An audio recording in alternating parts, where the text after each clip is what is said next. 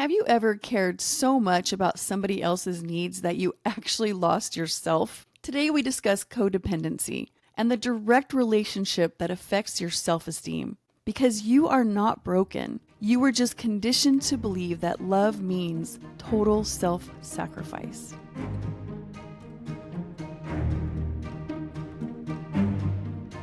Have you ever felt something was wrong but couldn't explain it?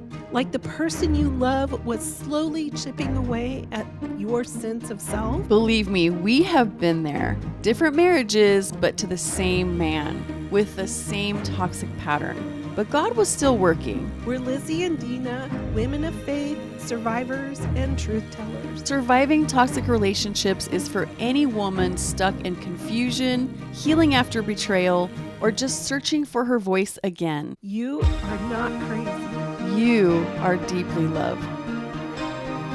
Hi, welcome back to Surviving Toxic Relationships with me, Lizzie and Dina. We are so glad you are back, and we are going to cover something on codependency. I think it's really important to understand codependency and the importance of rebuilding our self-esteem and understand what is codependency because they really are tied together. So I'm going to go ahead and let Dina start talking about what is codependency. Hey, everybody out there. Okay, so I just want to say when I started really diving into codependency, it brought back so many memories and feelings and thoughts about my role in the relationship. Like it is to a T. And I think many of you out there, probably most of you out there are going to really resonate with this. So let's take a deep dive. We all always hear about codependency.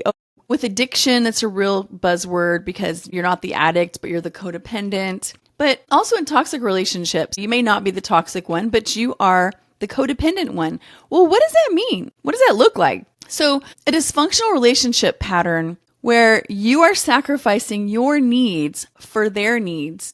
And oftentimes, unfortunately, when you do that, you are enabling the behavior of the person that is toxic, whether they are an addict, whether they're a narcissist, whether they're a sociopath, psychopath, fill in the blank, personality disorder, whatever. If you're enabling their behavior, and believe me, we probably don't know we're doing this. It's not something that you realize you're doing. But if you are, because you lack the ability to set boundaries, codependency is usually rooted in childhood trauma or growing up around dysfunction, or if you had parents that had any kind of addiction.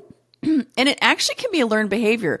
The funny thing is, it can go back generations where somebody was enabling or minimizing the effects, the negative effects of somebody else's behavior. And that's where codependency comes in. And let me give you an example. Let's say that you have a husband that is an alcoholic, okay? And he drinks and he rages and he's mean and he's horrible. And he wakes up the next day, he apologizes, he's sorry, he doesn't even remember half what he did. And, your kids were affected when he did this and everybody was affected. But because you understand that he had a really bad past or a really bad childhood, he had PTSD, trauma, fill in the blanks, you minimize that behavior. You minimize the effect of the behavior. You minimize what it did to your children, what it does to you, how everybody's walking on eggshells all the time, waiting for the next time that this person's going to get intoxicated. If you do not set boundaries in the relationship, put your foot down and say, no more. This is not going to happen. This is not how we're going to live. This home is not peaceful and trusting, and it's chaotic. It's concerning. We never know what's going to happen, if it's going to be a really good day or a whole slew of good days, or if it's going to be hell. If you aren't doing that, there's a great chance you're codependent. Okay. So this could have happened because you had parents or grandparents that this was passed down to where there were really bad and dysfunctional behaviors in the family that somebody in the family tolerated or minimized to make them not so bad because they loved the person. So what happens then? So Lizzie, let's talk about this. Tell me about a time in your relationship with one of your exes where you minimized or tolerated some really, truly toxic and intolerable behaviors. Maybe give me an example if you have any. Well, I would think of just someone like when my ex couldn't handle itinerary changes.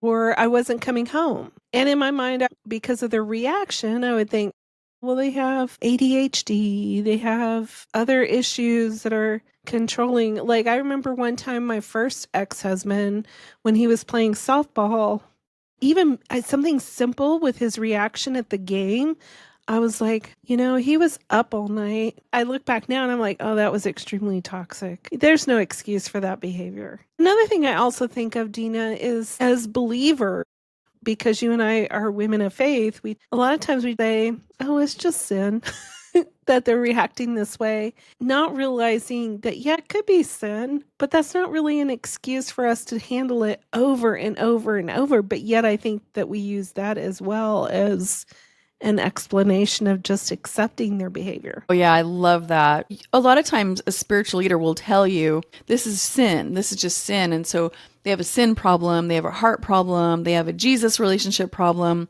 They just need more Jesus and less flesh, And so they give them all kinds of reading your Bible and reading your scriptures and doing the things. I'm not saying those are bad things. I think those are actually really good things. And I think those can help somebody to get out of their own selfishness. But if they're really a toxic person, I don't think that's enough. And I know one example of my codependency is that my ex would have these sexual encounters. He would do those things. And why did I tolerate it? Because I would pack up the kids and leave and tell him, I will never put up with this again. And in my mind, that was a really good boundary. I was putting up boundaries to not tolerate the behavior.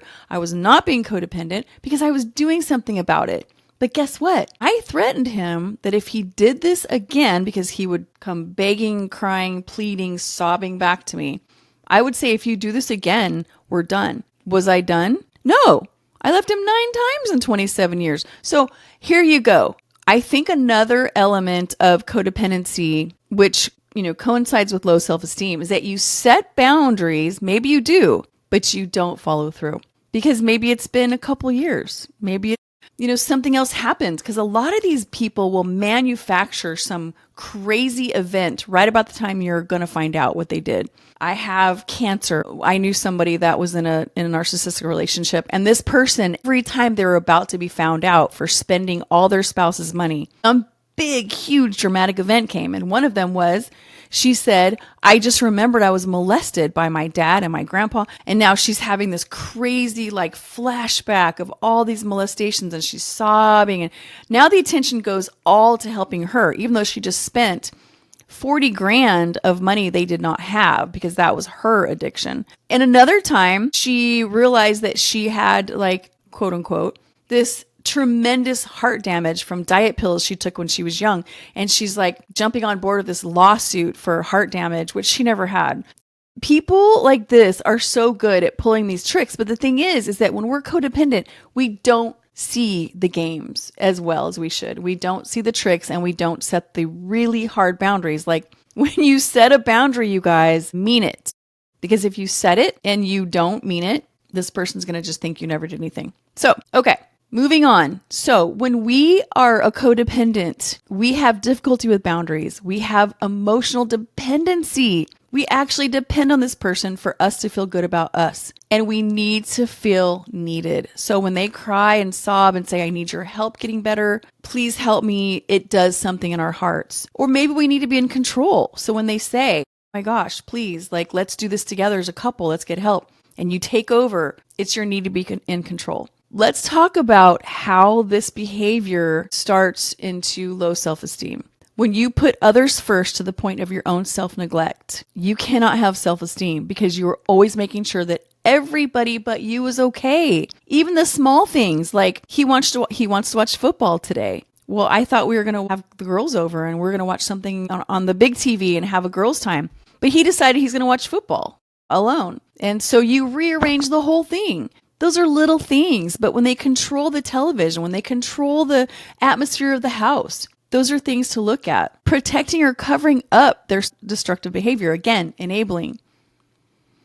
Emotional dependency, feeling incomplete or anxious without that person. You're like, I cannot let them go because I wouldn't be whole. So these are actual signs of codependency. The consequences are chronic stress and burnout, loss of your personal identity. You don't even know who you are anymore. You have a hard time making decisions for yourself. You have to go ask advice from everybody. You don't feel confident enough to do it. You have emotional exhaustion, and eventually you're going to have some severe mental health problems like anxiety and depression, which of course will spiral you more into codependency because now you need other people to help you get out of it. So let's talk about low self-esteem, because I think, Lizzie, I really resonated with this part. And I know you will too. When you have low self-worth because everybody is more important than you and you're taking care of all of them, and you're caregiving, fixing, or pleasing others, you can't say no. You can't set boundaries. If anybody gets mad or angry, that somehow means you failed, even though it's probably them controlling you. You have unmet emotional needs, and so you always feel like a failure. So what do we do about this? If you realize, I do think I have low self-esteem, what do you do? Whether you're in the relationship or out of the relationship, there's some really key points that you can do. You can start identifying negative beliefs about yourself, which your partner may have told you negative things that you have internalized and you believed. You need to challenge those things. Replace them with realistic and compassionate truth about who you really are.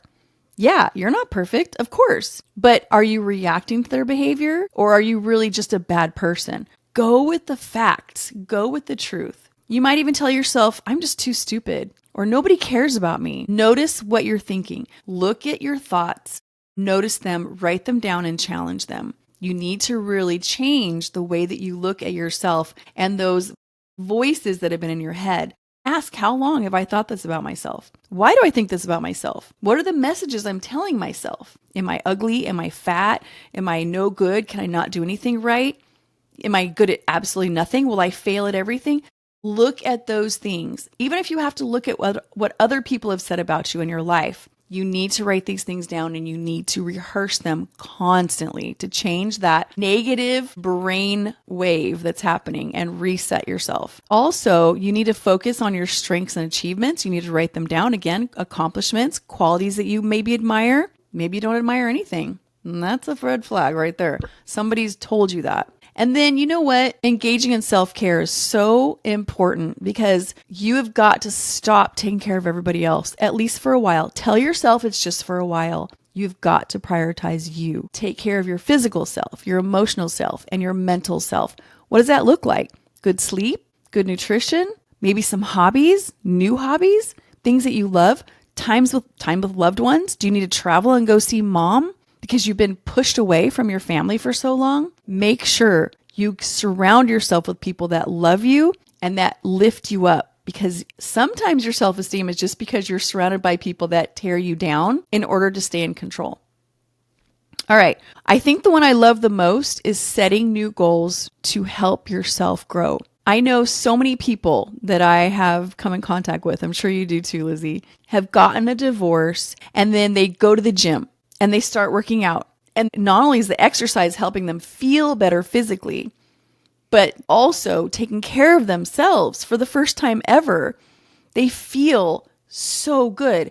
They feel proud of themselves. They feel healthy. They're getting all those good chemicals from the exercise. They're getting dopamine and serotonin and all the good things. Or they go back to college. I have a great friend that she got divorced and she was like, he never wanted me to go to college. He wanted me to be barefoot and pregnant forever, have 7 children, and never do anything for myself. And she went to college in her almost 50s, and she's so good at it. And it gave her incredible amounts of self-esteem because she was just acing her classes. She went and got a job. She got multiple compliments about her work ethic. Set new goals, have new hobbies, try new things, get out of your box, and start feeling proud of yourself. Even if you set goals and you try them and you don't 100% succeed, you're going to start feeling excited and proud of yourself. Okay, Lizzie, what do you think? What have you got to say about this? I was going to say that is 100% accurate because when I was with my first husband, I went back to college and he thought, well, you have a learning disability. There's no way you could get through college. So I went back to college, and that was, of course, the whole transition of me exiting out of the relationship. Originally a plan to leave the relationship once I got through college and I got a job as a teacher. So I carried with me that I was really a horrible student because of his comments about my learning difficulties when I was in high school. And then I would think, okay, he's really smart because he was a genius, but that doesn't mean anything anymore. So he would correct my papers and tell me how to fix it. And then my teacher wrote all over it, kind of thing, that it was awful. And then I submitted a new paper that was in my writing and I got an A. So what I'm trying to say, when you've been knocked out over and over and over, you do have to step out of your comfort zone. And obviously it has to depend on your frame of thoughts, but emotionally it's really tough because you have been to the point of beaten down that you really feel like your self-worth is gone. When I realized I can get an A in college without his help, I was like, I'm a lot smarter than he gave me credit for. And therefore, my confidence grew. And with my confidence, separating from him became easier. And then it got to the point I graduated college, which was my number one goal. And then because I always had such a low self-esteem of my education or my intelligence, it affected me on a day-to-day basis because I thought, how could I just be even an example of a mother or wife or whatever, because I'm really stupid. But I wasn't. It just meant that I had to spend more time learning something than some other people. I don't have a photographic memory. I can't just jot down quick notes. I have a different learning style and I had to learn my learning style. But like Dina said, is stepping out, finding that confidence. And in that confidence, you find a boldness. Because that is when I learned that this was a toxic relationship. And I had a problem with codependency, but I let him. But because I developed and worked on my self-esteem with my mental, my educational aspect of it, it became easier and I just felt better about myself. So it is about going in and working on you. Because even in high school, I desired in the core of me to finish high school. I had so many learning difficulties. Y'all, I have my college degree. I am a teacher. I have 2 full, clear credentials in the education system. So you can't let other people's words, thoughts, and feelings beat you down. So you can achieve those and build up your self-esteem because you will feel better about yourself. There you go. So good, Lizzie. And I will say, if you guys don't know Lizzie, she gets so many compliments from all of her leaders at her school. Like she is like one of the top of the top teachers. So, that just goes to show you sometimes, I would say actually more often than not, that narcissist, they figure out your own self-esteem issues, where it hurts, like where you felt that you weren't good enough. They somehow figure out your pain points and they will capitalize on those pain points and they will say, oh yeah, you're not that smart, or you're not that pretty, but I think you're pretty. Like, I think you're beautiful. Whatever your weakness is, wherever it is that you struggle, wherever it is that you could possibly be beaten down, they will find that in and they will capitalize on it to keep you controlled and to keep you down because they want to be your only source of positive, quote, quote, your only source of self-esteem, your only source of, I approve, therefore you're good. But it's a control mechanism. It's just a way to make sure that you only feel good if they say you feel good. And then you become dependent on that. And we really do. We get dependent on their opinion of our behavior. And that's why for me, I was so grateful that I worked the whole time that I was married to this guy because I got external validation. God help those women that stayed home and took care of their children, although that's the most honorable thing you can ever do in your life, in my opinion. But God help those women that were literally subjected to that kind of behavior 24/7 because there was no external validation. There was nobody to say, good grief, you did an amazing job at work. Like, you're going to get a raise. You are really killing it here. We love you. People are just flourishing because of you. If you don't have that, this person will suck the air that you breathe to where you really don't even think that you have anything to offer the world. And so it is so important to rise above that and to get a community around you that sees you and understands you and continually pours into you. A lot of times, if you're in a narcissistic relationship, you also have other family members that are narcissistic because you were attracted to that because you're familiar with it. You have friends that are narcissists. You have multiple people that all want to make sure that you are like pushed down and they are pushed up. And that's where you need to really, really take a look. Are these people making you feel amazing? Like you cannot fail? Do you feel sad, less than? Do they make you feel small? That's a really good sign. I've been around people that I'm like, I can't explain it. They make me feel small or less than or ugly or, unseen. And it's really hard to explain. Listen to that. Listen to that. That will speak more truth to you than this ever will.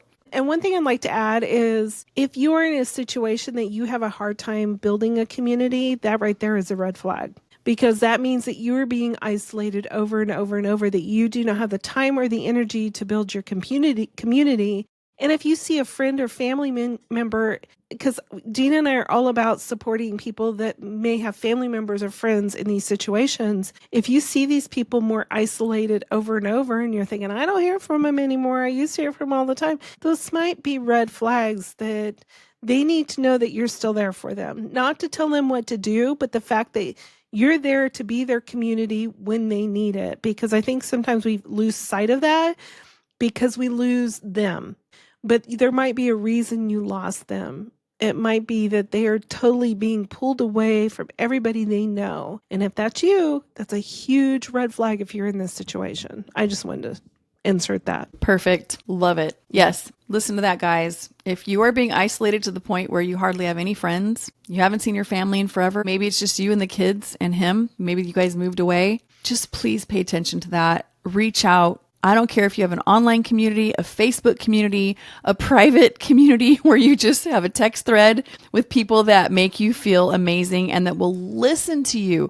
They'll listen to your heart because you need that. Believe me, your narcissist will make you feel like you are the scum of the earth if you ever talk about them or what they do. But that's a control mechanism. Because you wouldn't have to talk about that if they weren't doing this stuff. If you weren't confused and lonely and sad and scared or angry or frustrated or feel like you're freaking losing your mind, if you didn't feel that way, you wouldn't need a community. I have a husband right now and I don't need anybody to talk to. He's freaking amazing and everybody sees it and everybody knows it.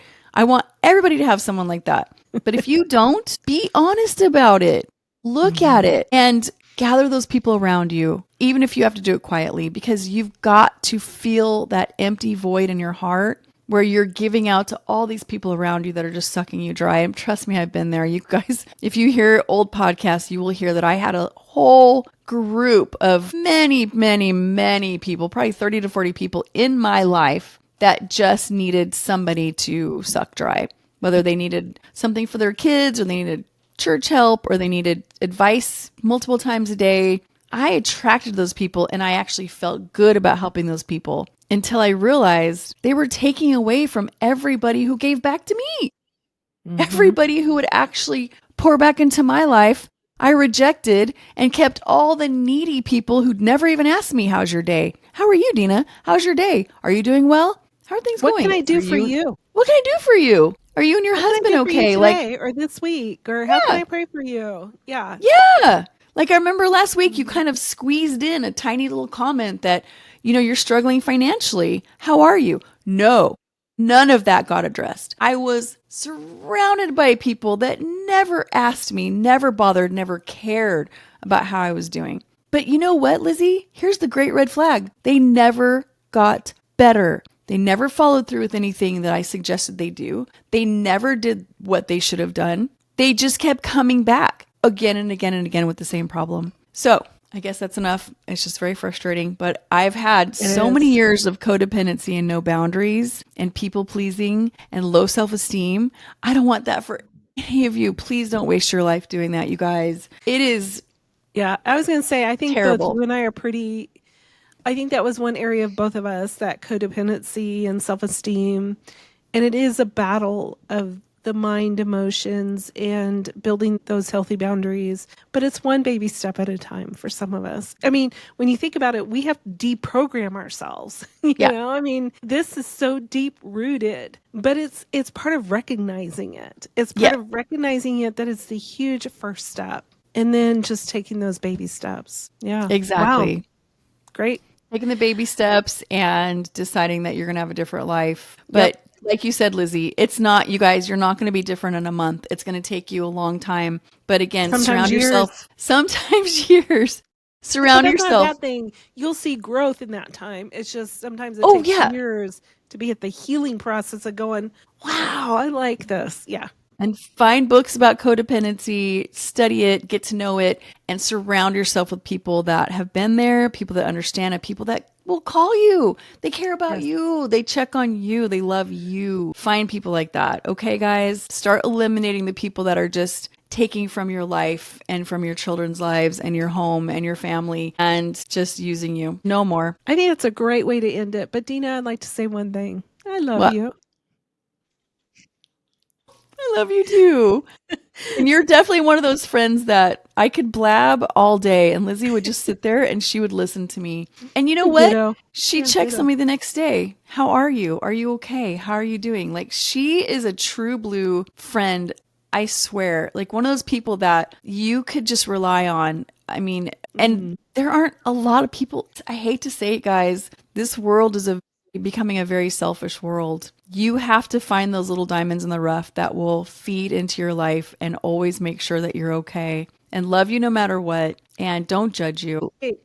Some people think they have to have a lot of people, but it's not. That community is a person that'll stand beside you. As we would say in education, they'll put on the poop boots and just walk through it with you. So Love that. I think that's kind of a good image to end right there. Look for that friend that'll find the poop boots and walk Poop through with boots. you. Say that 5 times. Poop boots, poop I boots, would say poop boots, another word, but it's a poop, naughty poop, poop, word. I'm poop. not going there anyway. That's awesome.